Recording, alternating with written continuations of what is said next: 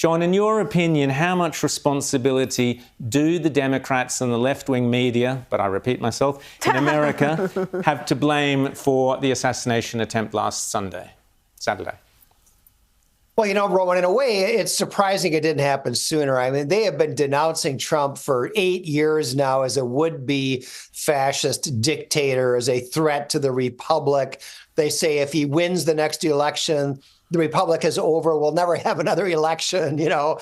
And so it's kind of amazing that before now, some more or less disturbed person hasn't acted on that impetus to try to take Trump out. I think it's a very reasonable assumption that when this young guy, obviously unbalanced to whatever degree, although apparently that was never really noticed before now, I think it's a reasonable assumption that when he kept hearing all this stuff about how terrible Donald Trump is, that has something to do with the fact that he wants to assassinate him.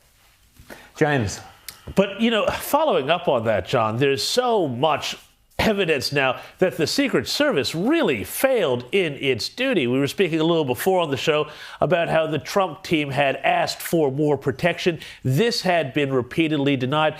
But then you go back 2 weeks ago even, and Alejandro Mayorkas, the head of the Homeland Security Department, denied that even these requests had been coming in from the Trump team. So what are we to make of this incompetence? It is almost hard not to think that they were being deliberately incompetent or just simply not caring because it was Trump.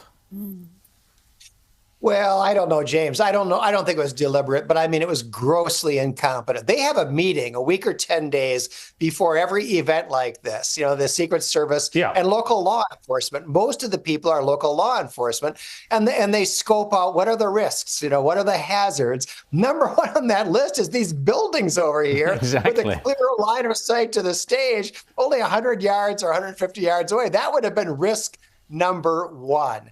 And the fact that this guy was able to approach probably the rearmost of this series of, I think, 3 buildings, you know, climb up a ladder, whatever he did to get to the top with a rifle. I mean, and he was not stopped by law enforcement. They obviously needed to guard those buildings.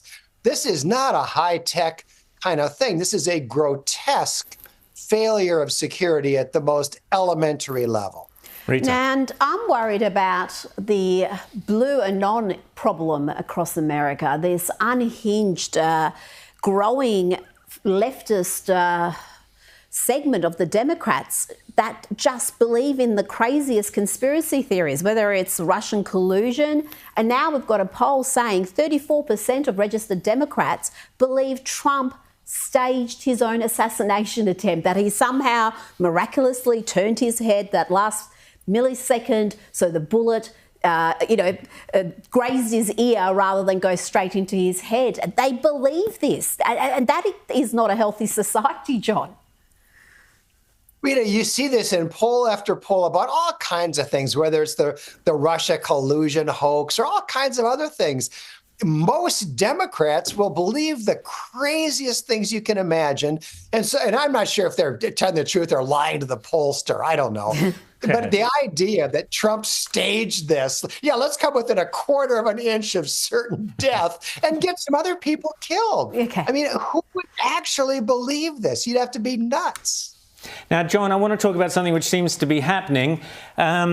I'm going to play a clip of Mark Zuckerberg, who we know fortified the Biden election win to the tune of $400 million or something, $500 million in the last election. Fortifying was the word. Now, Zuckerberg has come out, and Mark Zuckerberg has changed his tune. Have a listen, John. I've done some stuff personally in the past. I'm not planning on doing that this time. And that includes, not endorsing either of the candidates. Now, look, I mean, there's obviously a lot of crazy stuff going on in the world. I mean, the historic events over over the weekend. And I mean, on a personal note, it's, seeing Donald Trump get up after getting shot in the face and pump his fist in the air with the American flag is one of the most badass things I've ever seen in my life. But look, I mean, it's, and I think, look, it's, at some level as an American, it's like, hard to not get kind of emotional about that spirit.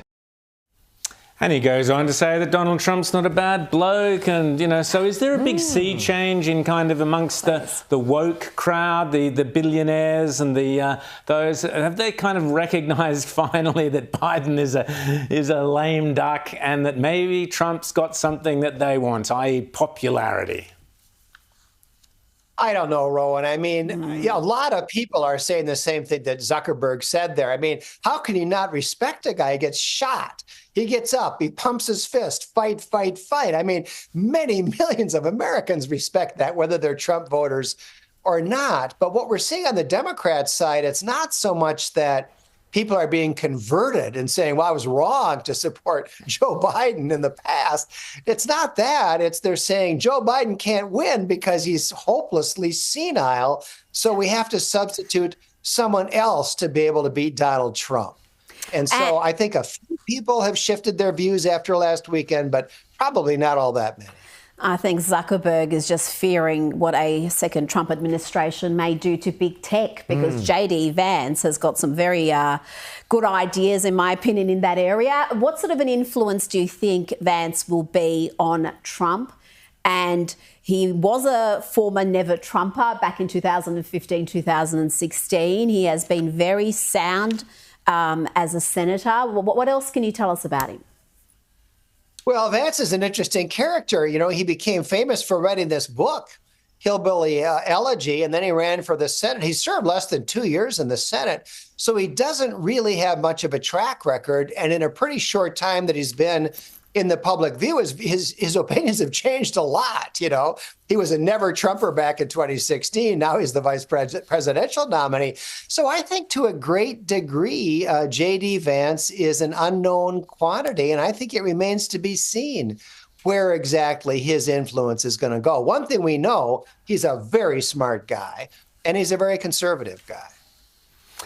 And just quickly, Biden, what do you think is going to happen? Are we going to see him stepping down, pushed out, dynamited out in the next 24 hours? What's happening? Rowan, we're kind of a death watch here in America. Everybody's waiting for what most people think is inevitable. Biden, all the pressure on him from the entire Democratic Party.